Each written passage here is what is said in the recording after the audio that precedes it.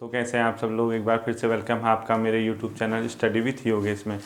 कल हमने लोगों ने लास्ट क्लास में टिहरी रियासत का पहला पार्ट देखा था। आज हम लोग टिहरी रियासत का दूसरा पार्ट देखेंगे। उसमें जो पहला पार्ट था उसमें कुछ लोगों को कन्फ्यूजन था। उम्मीद करता हूँ कि आज वो कन्फ्यूजन आपका दूर हो जाएगा। तो हम लोग आज की क्लास की शुरुआत करते हैं और आप लोग इसी प्रकार से जैसे मैं बताऊंगा अपना नोट्स भी बनाते रहना है। ठीक है। तो आज की जो हमारी क्लास होगी वो टिहरी रियासत के आगे के शासकों को लेके होगी और उसमें जो पहला शासक आ जाएगा यानी तीसरा भवानी शाह के बाद जो आता है उसका नाम था प्रताप शाह। ठीक है। तो आप लोग हेडिंग डाल लीजिए महाराजा प्रताप शाह। महाराजा प्रताप शाह। अब देख लीजिए इसके बारे में क्या आपको तथ्य मिलेंगे, क्या इंपॉर्टेंट फैक्ट हो सकते हैं वो मैं आप लोगों को बताता हूँ। ठीक है।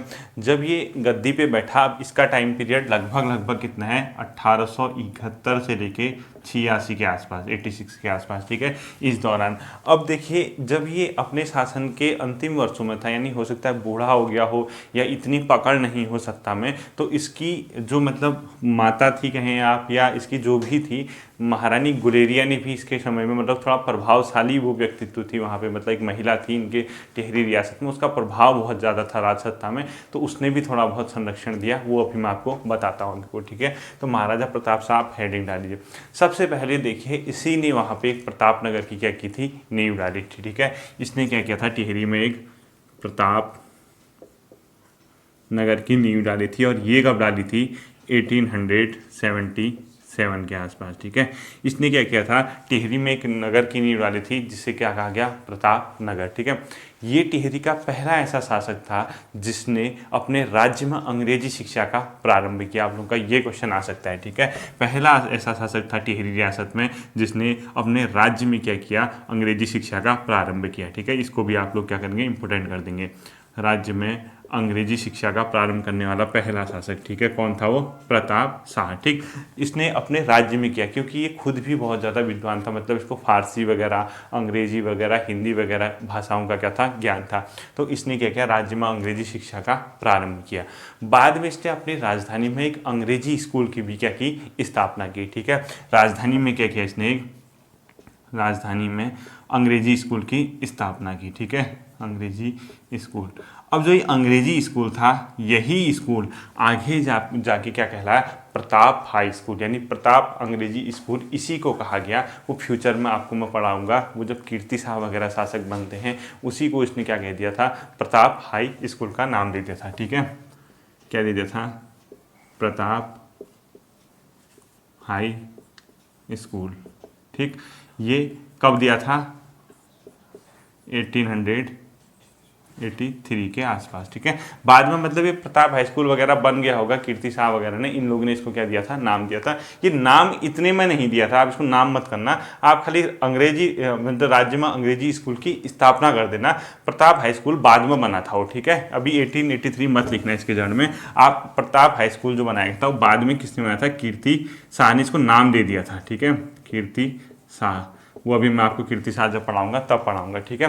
तो जो अंग्रेजी स्कूल था ये लगभग बना था 1883 के आसपास। ठीक है। अब फैक्ट आगे पीछे हो सकते हैं, इसलिए कभी ये नहीं पूछेगा कि अंग्रेजी स्कूल कब बना था। ठीक है। ये पूछ सकता है अपने राज्य में अंग्रेजी शिक्षा प्रारंभ किसने की थी, प्रताप शाह। राज्य में की राजधानी में एक अंग्रेजी स्कूल किसने खोला था, प्रताप शाह ने, जिसको बाद में किसने किया, कीर्ति शाह ने प्रताप हाई स्कूल नाम से दे दिया था। ठीक है। वो कब किया था, जब कीर्ति शाह आएगा तब मैं आप लोगों को पढ़ाऊंगा। ठीक है। अब देखिए इसके अलावा इसके टाइम पे क्या फैक्टर हो सकता है। ठीक है। टिहरी में एक जो पहला जो मतलब उत्तराखंड में भी कह सकते हैं, राज्य में कह सकते हैं, प्रिंटिंग प्रेस इसी के टाइम पे स्थापित हुआ था। ठीक है। पहला प्रिंटिंग प्रेस भी किसके समय स्थापित हुआ था, प्रताप शाह के समय। ठीक है। ये भी लिख लीजिए, प्रिंटिंग प्रेस की स्थापना भी किसके टाइम पे हुई थी, प्रताप शाह के टाइम पे हुई थी। ठीक है। और संभवतः यह राज्य का पहला क्या था, प्रिंटिंग प्रेस था, राज्य का प्रथम प्रिंटिंग प्रेस था। कब था, क्या था, ये सब छोड़ दीजिए। ठीक है। अब देखिए सुधारों के तहत क्या किया, देखो टिहरी में बहुत ज़्यादा सुधार की जरूरत थी, चाहे आपका जमींदारों का उन्मूलन हो, क्या करना हो, उसके तहत इसने भी कुछ सुधार किए थे। हम इसके सुधारों को देखते हैं कि इसके टाइम पे क्या क्या सुधार हुए। ठीक है। इसने सबसे पहले एक नई प्रकार की भू व्यवस्था चलाई, भू बंदोबस्त किया, जिसको क्या कहा गया, ज्यूला पैमाइश। ठीक है। क्या कहा गया, ज्यूला पैमाइश। ये क्या था ये छोड़ दीजिए, आप लोगों को ये पता होना चाहिए कि इसने एक प्रकार की भूव्यवस्था की जिसको क्या बोला गया, ज्यूला पैमाइश। ठीक है, ये किसके टाइम पे था, प्रताप शाह के टाइम पे था। ईयर वगैरह नहीं देखना है। ठीक है, बाकी इसने क्या किया, अपने राज्य को, देखो राज्य में क्या था, बहुत ज़्यादा तनाव की स्थिति थी, वो जो मतलब भ्रष्टाचार वगैरह था उसको कम करना था, जनता के उत्पीड़न वगैरह को कम करना था, रेवेन्यू का भी कलेक्शन करना था। पूरे राज्य को इसने 22 पट्टियों में बांट दिया। कितनी पट्टियों में, 22 पट्टियों में इसने राज्य को क्या कर दिया, बांट दिया। जब इसने अपने राज्य को 22 पट्टियों में बांटा तो वहाँ एक नया पद इसने सृजित किया जिसको क्या बोला गया, कारदार। क्या बोला गया, कारदार। ठीक है, और ये जो कारदार होते थे ये उसी के समान होते थे जैसे पटवारी होते थे। ठीक है, यानी राज्य को 22 पट्टियों में बांटने के बाद हर पट्टी में इसने एक नए पद की नियुक्ति की जिसको कारदार बोला गया। और ये किसके इक्विवेलेंट होता था, पटवारी के की समान इसका क्या होता था, कार्य होता था। ठीक है, वो किसने किया था ऐसा, मतलब जो ये कार्य किया था, महाराजा प्रताप शाह ने। ठीक है, इसके अलावा जैसे पुलिस वगैरह की नियुक्ति करना हो गया, या थानों की नियुक्ति करना, यानी पुलिस की नियुक्ति करना, या अपने वहाँ थाने वगैरह बनाना और थानेदारों की नियुक्ति करना ताकि क्या हो सके, व्यवस्था बन सके, वो भी कौन कर रहा था, प्रताप शाह। यानी इसने पुलिस सुधार भी किए जिसके तहत पुलिस सिस्टम यानी पुलिस विभाग और थानों की भी क्या की इसने स्थापना की, यानी थानेदार वगैरह भी इसने रखना शुरू किया। ठीक है, टिहरी में प्रजा को सुखी रखने के लिए, ताकि वहाँ पर क्या हो सके, एक मतलब प्रशासन सही तरीके से काम किया जा सके। ठीक है, इसके अलावा देखिए प्रताप शाह के सुधारों में और क्या फैक्ट हो सकते हैं। इसने क्या किया, जो टिहरी से मसूरी की ओर जो राजमार्ग जाता था, या जो टिहरी से श्रीनगर की ओर जो राजमार्ग जाता था, उसकी मरम्मत कराई। ठीक है, क्या किया था इसने, टिहरी मसूरी और टिहरी श्रीनगर राजमार्ग की इसने मरम्मत कराई। ठीक है, टिहरी श्रीनगर, इन राजमार्गों की इसने क्या कराई, मरम्मत कराई। और साथ ही साथ एक ऐसा राजमार्ग था जहां इसने विश्राम गृह की क्या किए, अलग अलग जगहों पे विश्राम गृह बनाए ताकि जनता के लिए क्या हो सके, सुविधा हो सकते हैं। और वो जो था वो कौन सा था, श्रीनगर टू मसूरी टू श्रीनगर। ठीक है, मसूरी टू श्रीनगर, इस रूट पे इसने क्या कर दिया था, आपका विश्राम गृह की स्थापना की थी। ठीक है, विश्राम गृह की स्थापना की थी, किसने की थी, वो महाराजा प्रताप शाह। ये सब इसके क्या थे, सुधार थे। ठीक है, अब इसके बारे में जो मुझे व्यक्तिगत तौर पे लगता है आपका क्वेश्चन आ सकता है, आप लोग वो सुनिए। 3 प्रथाएं थी, एक प्रथा का नाम था खेण, एक प्रथा का नाम था पाला, और एक था क्या, विसाह। ठीक है, खेण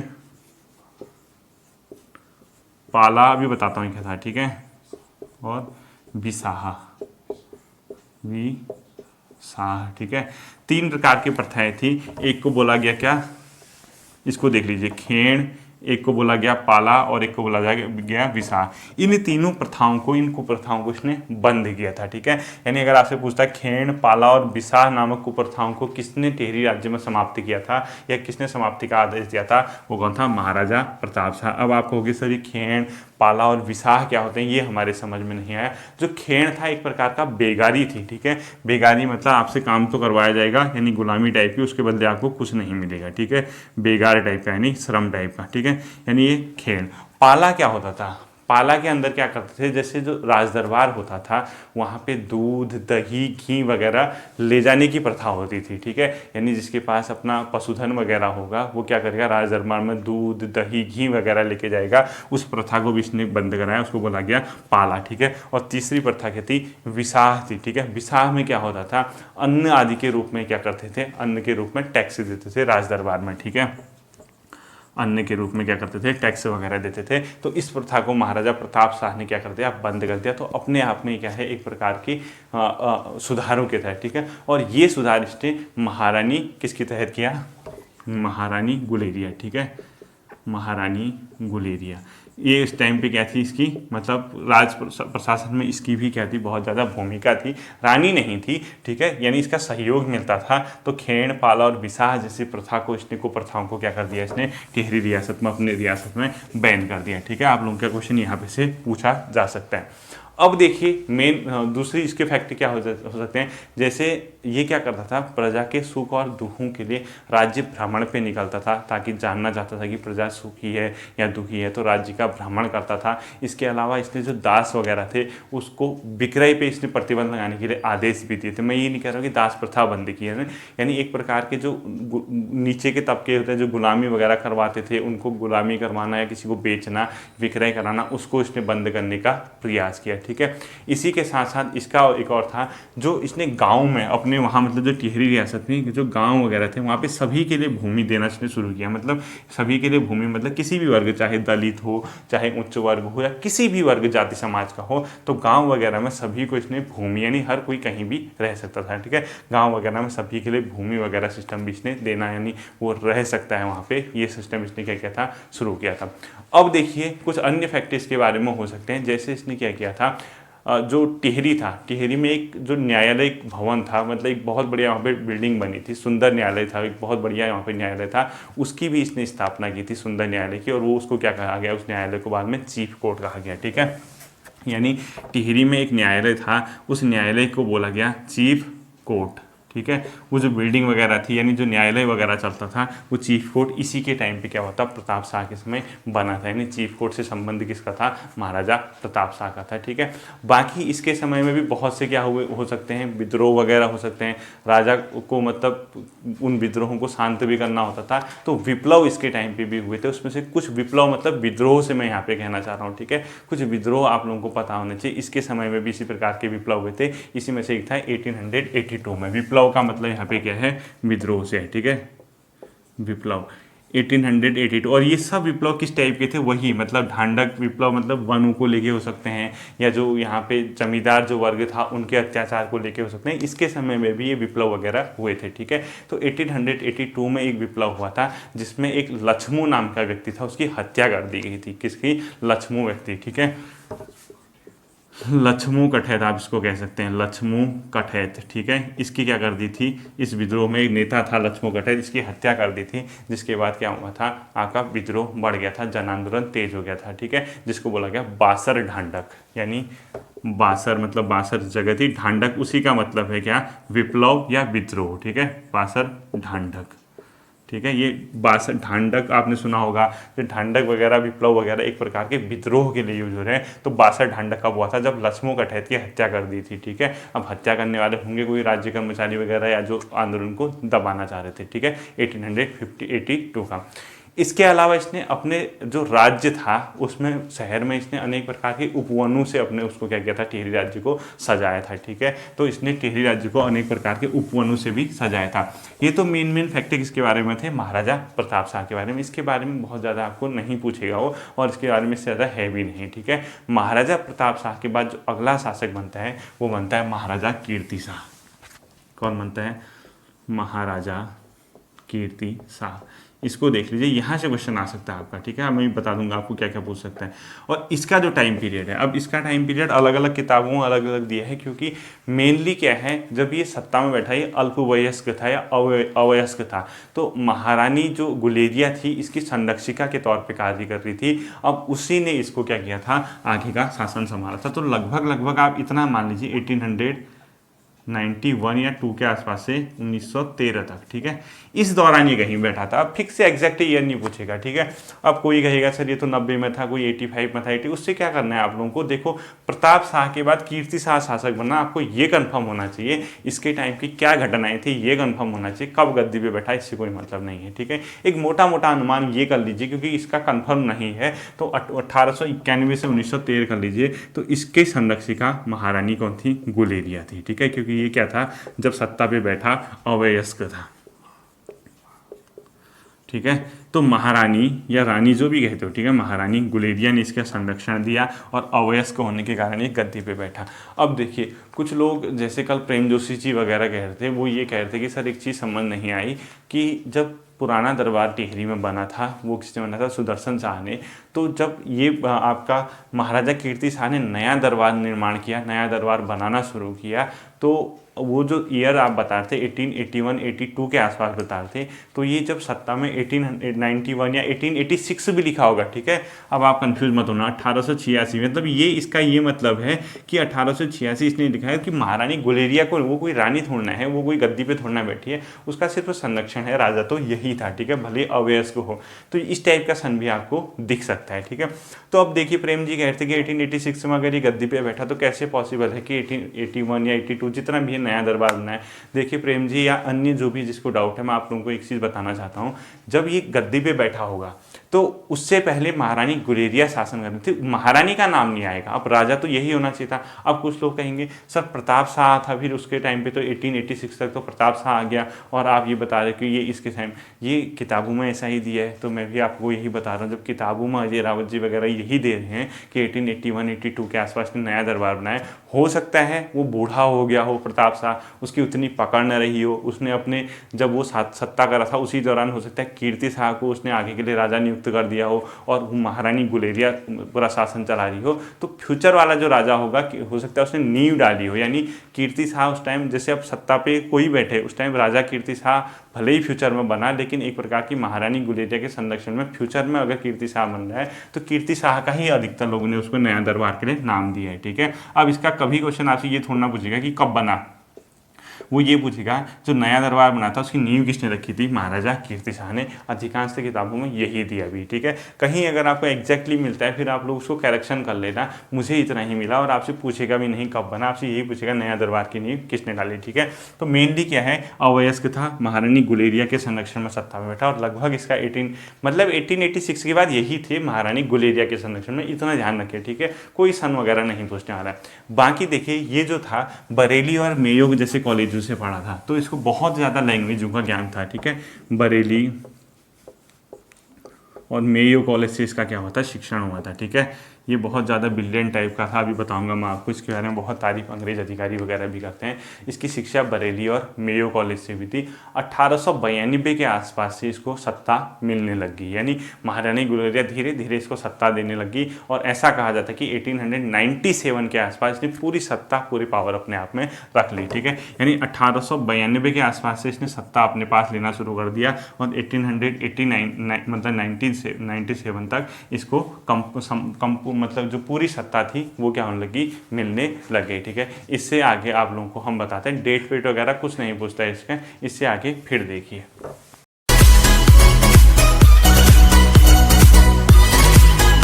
अलावा देखिए अदर फैक्ट क्या हो सकते हैं महाराजा कीर्ति शाह के बारे में। जैसे मैं कह रहा हूँ कि 1892 से इसने सत्ता धीरे धीरे लेना शुरू कर दिया था। 1897-98 वो कभी नहीं पूछेगा आपसे ऐसे ईयर। ठीक है, जहाँ कन्फ्यूजन होता है ऐसे ईयर आते ही नहीं है पेपर में। आपको यहाँ पे क्या ध्यान रखना है कि हाँ इसके टाइम पे ये चीज़ें हुई थी, इसको ये मिला था, आपको कब मिला था, कब किया था, इससे नहीं पूछेगा क्वेश्चन। ठीक है, मेन चीज़ है उसके समय की मेन घटनाएं क्या हुई थी। इन जो इतिहास के फैक्ट होते हैं कब हुई थी बहुत कम पूछेगा इन लोगों के यहाँ से। ठीक है, अब देखिए महाराजा कीर्ति शाह के बारे में अदर जो फैक्ट हैं, इसको 31 दिसंबर 1898 के टाइम पे एक उपाधि मिली थी। ठीक है, कब 31, अब ये डेट नहीं पूछेगा आपसे क्योंकि कोई फिक्स थोड़ना है डेट। 31 दिसंबर 1898 के ईस्वी के आसपास इसको एक उपाधि मिली थी जिसको बोला गया कंपेनियन ऑफ इंडिया। ठीक है, अगर आपसे पूछता है कंपेनियन ऑफ इंडिया की उपाधि किसको मिली थी, कंपेनियन ऑफ इंडिया। ठीक है, ऑफ इंडिया की उपाधि किसको मिली थी, कीर्ति शाह, महाराजा कीर्ति शाह को ब्रिटिश के द्वारा ही दी गई थी। आगे जाके क्या होता है देखो, 9 नवंबर 1901 भी लिखा है किसी ने, 1903 भी लिखा है, लेकिन दोनों ने एक चीज़ लिखी है वो कॉमन है कि इसको नाइट कमांडर की उपाधि थी। ये क्वेश्चन आपको बहुत ज़्यादा पूछ सकता है। ठीक है, मतलब इंपॉर्टेंट क्वेश्चन है। इसको किसकी उपाधि की, night commander of India, night commander of India. ठीक है, डेट नहीं पूछेगा, या तो 1901 है या 1903 है, खाली ब्रैकेट में लिख लो जो एग्जाम में आता है, लेकिन पूछेगा नहीं। ठीक है, नाइट कमांडर ऑफ इंडिया की इसको अंग्रेजों द्वारा उपाधि दी गई थी, और इसी नाइट कमांडर ऑफ इंडिया को आप देखना KCSI बोलते हैं। ठीक है, KCSI की उपाधि भी बोल सकता है, और KCSI का फुल फॉर्म क्या होता है नेट में सर्च कर लेना, ब्रिटिश द्वारा दी जाने वाली उपाधियाँ थी। ठीक है, night commander of companion of कुछ इंडिया टाइप का होगा, मतलब इसी टाइप का। ठीक, इसको देख लेना KCSI। तो नाइट कमांडर की उपाधि भी किसको दी गई थी, इसी को दी गई थी। सबसे इंपॉर्टेंट फैक्टर, इंग्लैंड के द्वारा इसको तोपों की सलामी भी दी गई थी। ठीक है, यानी इंग्लैंड सरकार द्वारा, ब्रिटिश सरकार द्वारा इसको कितने तोपों की सलामी दी गई थी, क्या दी गई थी, इंग्लैंड सरकार द्वारा तोपों की सलामी। ठीक है, सरकार द्वारा सन 1900 में। ठीक है, तोपों की सलामी 11 तोपों की इसको लगभग क्या दी गई थी, सलामी दी गई थी, और इस सन 1900 के आसपास की बात है। ठीक है, अभी भी कह रहा हूँ ईयर को फोकस मत करना, ये पता होना चाहिए कि हाँ किसी ब्रिटिश सरकार ने किस महाराजा को या टिहरी के किस शासक को तोपों की सलामी दी थी, 11 तोपों की सलामी दी थी, तो वो कौन थे, महाराजा कीर्ति शाह था। ठीक है, तो टिहरी में इसके द्वारा क्या किया था, जो मैं आपको बता रहा था कि एक हाई स्कूल की स्थापना की थी, उसी टिहरी हाई स्कूल को उसने प्रताप हाई स्कूल का नाम दिया, और उसका जो सन है वो 1891 के आसपास का है। ठीक है, 91-92 जितना भी होगा, अब उसमें भी आप लोग कन्फ्यूज ही करेंगे, उसमें भी कंफर्म नहीं है, तो आप लोग इसको यही रखना कि प्रताप हाई स्कूल इसी ने कहा था। ठीक है, प्रताप हाई स्कूल की स्थापना, जो उसको नाम दिया गया था। ठीक है, किसने दिया था, वो महाराजा कीर्ति शाह ने, और ये कितना है 1891-92 के समथिंग है। ठीक है, 1891-92 के आसपास ये है। साथ ही साथ एक और चीज़ किसने, इसने हिवेट संस्कृत पाठशाला की भी स्थापना की। ठीक है, क्या की थी, हिवेट संस्कृत पाठशाला, और ये लगभग कितने की थी, 1909 के आसपास। ठीक है, 1909 के आसपास इसने क्या किया था, हिवेट संस्कृत पाठशाला की स्थापना महाराजा कीर्ति शाह द्वारा किया गया था। बाकी श्रीनगर में एक छात्रावास था, उस स्कूल या उस कॉलेज के छात्रावास के लिए इसने कुछ दान दिया था, वो अमाउंट भी आपको पूछेगा नहीं कभी, लेकिन आपको ये पता होना चाहिए, हाँ श्रीनगर छात्रावास को दान देने वाला कौन था, महाराजा कीर्ति शाह। लगभग 13,000 रुपये इसने क्या किए थे, श्रीनगर के कॉलेज को या छात्रावास को क्या किए थे, 13,000 रुपये का इसने दान दिया था। ठीक है, अब देखिए बहुत सुधारवादी कदमों के तहत जो क्वेश्चन आ सकते हैं, टिहरी में पहली बार बिजली इसी के समय आई थी। टिहरी नगर पालिका की स्थापना सबसे पहले इसी के समय हुई थी। ये नगर पालिका टाइप की एक बॉडी थी जो वहाँ पे किसने की थी, प्रताप शाह की, सॉरी कीर्ति शाह के समय ही हुई थी। ठीक है, आपको दो फैक्टर पता होना चाहिए, एक तो क्या है, टिहरी में सर्वप्रथम बिजली जो मिली थी, लाइट जिसको आप कहते हैं, वो किसके समय मिली थी, महाराजा कीर्ति शाह। टिहरी में पहली बार नगर पालिका की स्थापना किसके समय हुई थी, महाराजा कीर्ति शाह के समय। ये दोनों फैक्टर आप लोगों को क्या होना चाहिए, पता होना चाहिए। दूसरा इसके अलावा क्या होता है, इसने जंगलात व कचहरी से संबंधित यानी वनों से संबंधित न्याय वगैरह कचहरी से संबंधित कानूनों में भी सुधार किया, तथा उत्तरकाशी में इसने कुष्ठ आश्रम की स्थापना की। ठीक है, उत्तरकाशी में इसने क्या किया, कुष्ठ आश्रम, यानी इसके सुधारवादी कदम है। ठीक है, कुष्ठ आश्रम की स्थापना की उत्तरकाशी में। बाकी इसने क्या किया, टिहरी में कृषि बैंक, यानी ये क्वेश्चन आ सकता है, टिहरी में इसने कृषि बैंक की स्थापना की किसान कल्याण है। तो ठीक है, आपको ये देखना है कि कितना ज़्यादा सुधारवादी कदम कर रहे हैं, कितना ज़्यादा कोई इतिहास में कोई राजा कोई महाराजा आप सुनेंगे इतने आपको बहुत हार्डली मिलेंगे इस टाइप के। ठीक है, यानी इतने प्रकार के सुधार कार्यक्रम कर रहा है, इसी के तहत इसने टिहरी में क्या किया था, एक किसान बैंक या कृषि बैंक। ठीक है, टिहरी में कृषि बैंक की इसने क्या की थी, स्थापना, और ये जो बैंक था वो 2 लाख रुपए से क्या किया गया था, प्रारंभ किया गया था। ठीक है, और किसके लिए था, किसानों के लिए था। अब है ही कृषि बैंक, और इसी को शायद संभवतः क्या बोला था, गढ़वाल बैंक। ठीक है, इसको क्या बोला जाता है, बैंक ऑफ ब्रिटिश गढ़वाल या गढ़वाल बैंक, जो भी कहा जाता है। ठीक है, यानी आप ब्रिटिश बैंक ऑफ गढ़वाल इसको कह लीजिए, गढ़वाल बैंक की जगह बैंक ऑफ गढ़वाल, जो भी पेपर में आता है। ठीक है, वो किसके टाइम पे बना था, आपका महाराजा कीर्ति शाह के समय। ठीक है, अन्य फैक्ट के तहत इसने क्या किया था, टिहरी में एक प्रेस भी खोली थी, यानी प्रिंटिंग प्रेस भी इसने खोली थी। अब देखिए इतने काम कर रहे हैं अपने एक सुधारवादी कदमों के तहत, इतने काम कर रहा है, आप लोगों को ये पता होना चाहिए। ठीक है, बाकी खुद अपना ही इतना ज़्यादा विद्वान था, मैंने कहा कि ये बाहर से पढ़ा था, इसको संस्कृत, उर्दू, फारसी, अंग्रेजी, इस टाइप की भाषाओं को क्या था, बहुत ज़्यादा ज्ञान था, यानी मल्टी लैंग्वेज आती थी इसको, बहुत ज़्यादा लैंग्वेजों का ज्ञान था।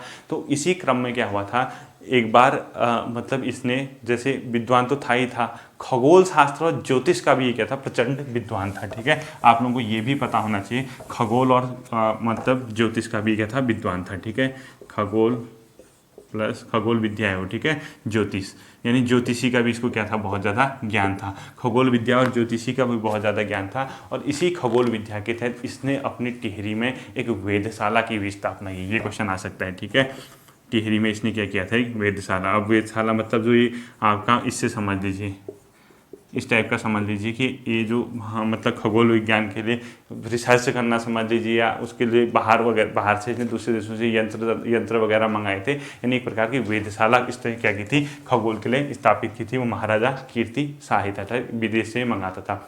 साथ ही साथ ऐसा भी कहा जाता है कि इसने टाइपराइटर का भी आविष्कार किया था, और ये बताया जाता है कि इसने इस टाइपराइटर की जो कॉपी थी, मतलब जो अधिकार थे, कॉपीराइट अधिकार, वो किसी कंपनी को दे दी, ठीक है, खुद नहीं दी, ठीक है। ऐसा भी बताया जाता है कि इसने एक टाइपराइटर का भी आविष्कार किया। इसके बारे में ये पता होना चाहिए आपको, ठीक है। इसके अलावा जो महाराजा कीर्ति शाह के बारे में है, जो मुझे व्यक्तिगत तौर पर भी लगता है, लॉर्ड लैंसडाउन ने इसकी अत्यधिक प्रशंसा की। भारत का एक गवर्नर था, उसका नाम था लॉर्ड लैंसडाउन, ठीक है, लॉर्ड लैंसडाउन। इस लैंसडाउन द्वारा इसकी अत्यधिक क्या की गई, प्रशंसा की गई। और इस प्रशंसा के तहत इस लॉर्ड लैंसडाउन ने क्या कहा था कि भारत में जितने भी देशी रियासतों के राजा हैं, महाराजा हैं, उन लोगों को गढ़वाल की कीर्ति शाह से सीखना चाहिए। यानी ब्रिटिश का गवर्नर अगर किसी राजा की इतनी तारीफ कर रहा है तो आपको पता होना चाहिए, अगर क्वेश्चन पूछता है भारत के किस गवर्नर द्वारा कीर्ति शाह की उक्ति में कहा गया कि अन्य महाराजाओं या राजाओं को कीर्ति शाह से सीखना चाहिए, या लॉर्ड लैंसडाउन द्वारा किस महाराजा की अत्यधिक प्रशंसा की गई, वो कौन है, लॉर्ड लैंसडाउन द्वारा महाराजा कीर्ति शाह की, ठीक है। और इस संभवतः कहाँ, आगरा दरबार में 1892 के आसपास उसने किया था, ठीक है। 1892 के आसपास की तारीफ हुई थी, कहाँ, आगरा दरबार में, आगरा दरबार। ये भी आप लोगों को क्या होना चाहिए, पता होना चाहिए, फैक्ट है, ठीक है, महाराजा किसके बारे में, कीर्ति शाह के बारे में। बाकी ये धार्मिक प्रवृत्ति का भी बहुत ज़्यादा क्या था, मतलब पालन करता था, और इसने एक बार अपने दरबार में सर्वधर्म सम्मेलन भी किया था, ठीक है। मतलब ये कहा जाता है इसके बारे में, जिस प्रकार से अकबर ने एक धर्म चलाया था, दीन ए इलाही, उसी प्रकार से एक धर्म चलाने का इसने प्रयास किया, और अपने दरबार में इसने सर्वधर्म सम्मेलन बुलाया, और हर धर्म के लोगों से कहा कि आप अपने धर्म की मीमांसा कीजिए, ठीक है। ये क्वेश्चन भी इंपॉर्टेंट है। यानी अगर आपसे कभी पूछते हैं किस एक टिहरी शासक द्वारा अकबर के दीन इलाही की तर्ज पे शासन किया गया, या अकबर के दीन इलाही धर्म की तर्ज पे अपना धर्मों की मीमांसा करवाई गई हर धर्म के लोगों से, तो वो कौन हो सकता है, महाराजा कीर्ति शाह। यानी उसी प्रकार का सभी धर्म के लोगों को सम्मान देने वाला इसने क्या किया, काम किया। बाकी इसके टाइम पे कुछ घटनाएं हैं। इसके टाइम पे कैंपबेल बोर्डिंग हाउस की स्थापना हुई थी। क्या हुई थी, कैंपबेल बोर्डिंग लिख लीजिए, ठीक है, बोर्डिंग हाउस की स्थापना, ठीक। ये कब हुई थी, 1907 में, ठीक है। ये किसके टाइम पे हुई थी, कैंपबेल बोर्डिंग हाउस की स्थापना महाराजा कीर्ति शाह के समय, ठीक है। बाकी देखिए जो न्यायालय बना था, मैंने बताया था आपको पहले, इससे पहले के शासक में चीफ कोर्ट जिसको कहते थे, ये क्या करता था, चीफ कोर्ट में जो किसी के खिलाफ निर्णय दिया होगा या कोई निर्णय दिया होगा, वो अगर अपील करेगा तो राजा के पास जाएगा। यानी चीफ कोर्ट की अपील राजा के पास जाती थी, और उसको हुजूर कोर्ट बोला जाता था, ठीक है। टिहरी रियासत में जैसे चीफ कोर्ट ने कोई निर्णय दिया, चीफ कोर्ट, इसका जो निर्णय होगा, अगर इसको अपील करनी है किसी, वो हुजूर कोर्ट में जाएगा, ठीक है, हुजूर कोर्ट। और ये हुजूर कोर्ट में सुनवाई कौन करता था, राजा करता था, महाराजा करता था। आप लोगों को ये भी पता होना चाहिए, ठीक है, टिहरी रियासत के बारे में ये चीज़ें। बाकी इसने एक दो प्रथा जो चल रही थी इनके मतलब दरबार में, कुप्रथाएं जिसको कहते हैं, उसको भी इसने समाप्त ही किया। अब कुप्रथा क्या थी, मैं भी इसको बहुत ज़्यादा समझ नहीं पाया, तो आप लोग क्या करना है, इसको ऐसे ही समझ लेना, एग्जाम आप में आएगा तो आप टिक मान लेना। एक को बोलते हैं झूठा मारने की प्रथा, ठीक है। किसी को पता होगा तो मुझे भी बता देना आप लोग कमेंट करके, झूठा मारने की प्रथा। एक ये झूठा मारने की प्रथा थी, वो इसने क्या किया, अपने दरबार में ख़त्म की। और एक और प्रथा थी जिसको बोला गया वेदवाती, ठीक है। इन दोनों प्रथाओं के बारे में देख लेना अगर आपको कहीं किसी बुक में मिलता है, ठीक है। बहुत ज़्यादा एक्सप्लेनेशन किया नहीं है। अगर आपसे कभी पूछता है झूठा मारने वो वेदवाती की प्रथा को किसने अपने शासन से समाप्त किया, महाराजा कीर्ति शाह ने, यानी इसको समाप्त करने के लिए आदेश जारी किए। बाकी देखिए राजधानी में एक घंटाघर की इसने क्या की थी, स्थापना की थी। ये भी पूछा जाता है कि किसने राजधानी टिहरी में अपने एक घंटाघर की स्थापना की, वो महाराजा कीर्ति शाह थे। तथा इसने नए राजभवन का भी निर्माण करवाने के लिए स्टार्ट किया था, वो जो मैं आपको बता सकता हूँ, ठीक है। बताया मतलब राजधानी में क्या किया इसने, घंटाघर और नए राजभवन का शिलान्यास, मतलब राजभवन का निर्माण के लिए इसने क्या किया, कार्य किया, ठीक है। वो कौन था, महाराजा कीर्ति शाह था। बाकी कीर्तिनगर की स्थापना इसी के नाम से लग रहा है, आप लोगों को पता होगा टिहरी में कीर्तिनगर पड़ते हैं, वो किसने की थी, कीर्तिनगर की स्थापना महाराजा कीर्ति शाह ने किया। और जो एक क्वेश्चन है इंपॉर्टेंट, वो है यमुना नदी के ऊपर इसने एक ब्रिज का निर्माण किया, एक पुल का निर्माण किया, जिसको बोला जाता है हिबेट ब्रिज, ठीक है। क्या बोला जाता है, हिबेट ब्रिज, ठीक है। इस हिबेट ब्रिज का जो निर्माण था यमुना नदी के ऊपर किसने किया था? महाराजा कीर्ति शाह ने, ठीक है। ये तो कीर्ति शाह के बारे में इंपॉर्टेंट फैक्ट हो गए। 2 या 3 फैक्ट अत्यंत महत्वपूर्ण मैं आपको बता रहा हूँ, उसको आप नोट कर लीजिए और उसको बहुत ज़्यादा इंपॉर्टेंट कर दीजिए, हाईलाइट कर दीजिए। देखिए अगला सबसे महत्वपूर्ण फैक्ट आप लोग नोट कर लीजिए, इसको मोस्ट इंपॉर्टेंट कर देना। इसी के समय स्वामी राम तीर्थ का टिहरी में आगमन हुआ था, ठीक है। स्वामी राम तीर्थ का टिहरी आगमन इसी के समय हुआ था महाराजा कीर्ति शाह, और वो लगभग जो उसका सन है वो 1902 के आसपास, ठीक है। मई 1902 के आसपास, ठीक। अब आपसे ईयर नहीं पूछेगा कब आए थे करके, आपको ये पूछेगा स्वामी रामतीर्थ का जो टिहरी में आगमन था वो किसके समय हुआ था? महाराजा कीर्ति शाह। और इस क्वेश्चन को आप बहुत ज़्यादा इंपॉर्टेंट कर देना, ठीक है। ये क्वेश्चन आपके पेपर में दिख सकता है, दिखेगा, मैं कह रहा हूँ कि दिख नहीं सकता है, दिखेगा कुछ समय बाद, ठीक है। अदर फैक्ट के बारे में आपको बता देता हूँ। जब ये महाराजा कीर्ति शाह आए थे तो जापान में उस टाइम सर्वधर्म सम्मेलन चल रहा था, तो इस कीर्ति शाह ने स्वामी रामतीर्थ जी से जापान में सर्वधर्म सम्मेलन में भाग लेने का आग्रह किया और उनसे कहा आपका सारा खर्चा वगैरह वही उठाएंगे आने जाने का, ठीक है। वो ज़्यादा इंपॉर्टेंट नहीं है, आपको ये पता होना चाहिए स्वामी रामतीर्थ किसके समय में टिहरी में पधारे थे।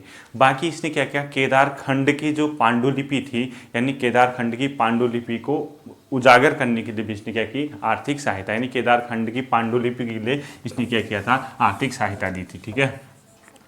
क्या लिखेंगे आप? केदार खंड की पांडुलिपि, ठीक है। इसके लिए क्या किया था?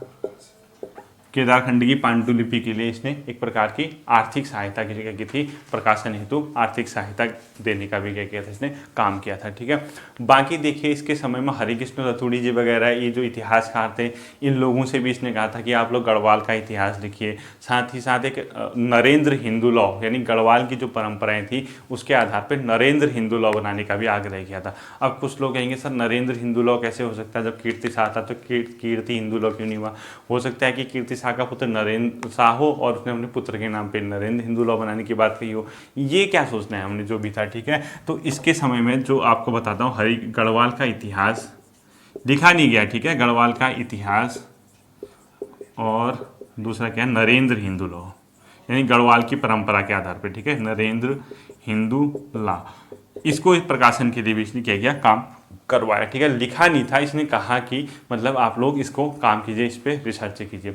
बाकी देखिए जो विद्रोह हो रहे थे, सखलाना वगैरह हर जगह विद्रोह चल ही रहे थे उस समय भी, जो जमींदार थे यानी मुआफिदार कहते थे उसको, ठीक है। जो मैंने कल जमींदार बोला था, आप या तो जमींदार कर दिए या मुआफिदार, ठीक है। एक ही प्रकार के शब्द हैं, मुआफिदार या जमींदार, ठीक है। इन लोगों के उत्पीड़न से सकलाना वगैरह के इलाके में प्रजा बहुत ज़्यादा क्या थी? परेशान थी। तो इसने क्या किया, ये मुआफिदार वगैरह क्या करते थे, वहाँ पे एक बड़ा बेगार नामक प्रथा थी, ठीक है। क्या थी? बर्रा बेगार नामक, बर्रा बेगार, ठीक है।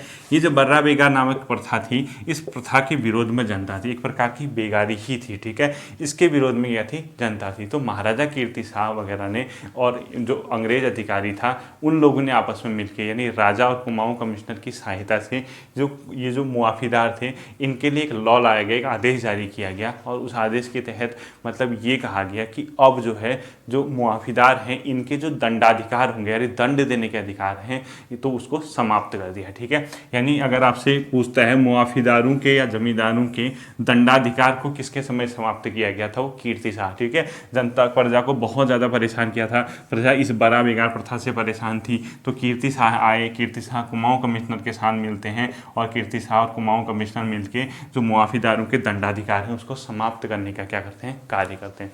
सकलाना वन क्षेत्र को टिहरी वन क्षेत्र में भी सम्मिलित करने वाला शासक यही था। ये क्वेश्चन बहुत इंपॉर्टेंट है, ठीक है, क्योंकि टिहरी में जो जन आंदोलन थे वन को ही लेके थे, ठीक है। तो सकलाना के जो वन क्षेत्र थे उसको किस में शामिल कर दिया इसने? टिहरी वन क्षेत्र में, ताकि राजा ढंग से या महाराजा ढंग से उस पर नियंत्रण कर सके, ठीक है। टिहरी वन क्षेत्र में इसको क्या कर दिया गया? शामिल कर दिया गया। आपको ये फैक्ट भी कीर्ति शाह के बारे में पता होना चाहिए। 1906 की ईस्वी के आसपास इसके दरबार में मतलब एक 1907 के आसपास इसके लॉर्ड कैंपबेल का आगमन इसके दरबार में होता है, ठीक है। कब होता है? 1907 में लॉर्ड कैंपबेल का आगमन इसी के दरबार में होता है, ठीक है। लॉर्ड कैंपबेल लॉर्ड कैंपबेल का आगमन किसके दरबार में होता है? महाराजा कीर्ति शाह के दरबार में होता है। ठीक है, एक अंतिम फैक्ट इसके बारे में लिख लीजिए, इसने क्या किया, राज्य काउंसिल का सरकारी सदस्य बनने वाला यही था, महाराजा कीर्ति शाह। इसको सुपर इंपॉर्टेंट कर दीजिए। ठीक है, क्या लिखेंगे अब आप कहोगे ये क्या होता था? जो ब्रिटिश के समय काउंसिल वगैरह होती थी, आपको उनको पता होगा, राज्य काउंसिल का सरकारी सदस्य, ठीक है, भी बनाते हैं का सरकारी सदस्य, इसी को बनाया गया था। लगभग कब था? 1906 के आसपास। यानी राज्य काउंसिल का सरकारी सदस्य बनने वाला कौन था? महाराजा कीर्ति शाह था। और वो कब बना था? 1906 ईस्वी के आसपास था। ठीक है, 1913 में इसका क्या हो जाता है? निधन वगैरह हो जाता है। 1913 में क्या हो जाता है? इसका निधन हो जाता है। ठीक, ये तो थी किसके बारे में? महाराजा कीर्ति शाह के बारे में। ठीक है, अब बहुत से लोग कह रहे होंगे सर आपने वो तो पढ़ा ही नहीं, सर की उपाधि किसको दी गई थी अंग्रेजों द्वारा इस टाइप की जो बातें थी। जब ये टिहरी राजा के सारे शासक खत्म कर दूंगा, विविध वाला सेक्शन आएगा या आगे नरेंद्र शाह वगैरह आएंगे, हो सकता है वहाँ आपको सर वगैरह मिले या आ गया होगा। तो जो विविध वाली क्लास है उसको मैं लास्ट दिन फैक्ट बताता हूँ हर टॉपिक के, उसमें वो सारी चीज़ें कवर हो जाएंगे। आप लोग आज के लिए इतना ही है, इस टॉपिक को ढंग से तैयार करना, ढंग से रिवाइज करना। फिर मिलते हैं अगले सेशन में, तब तक के लिए टेक केयर।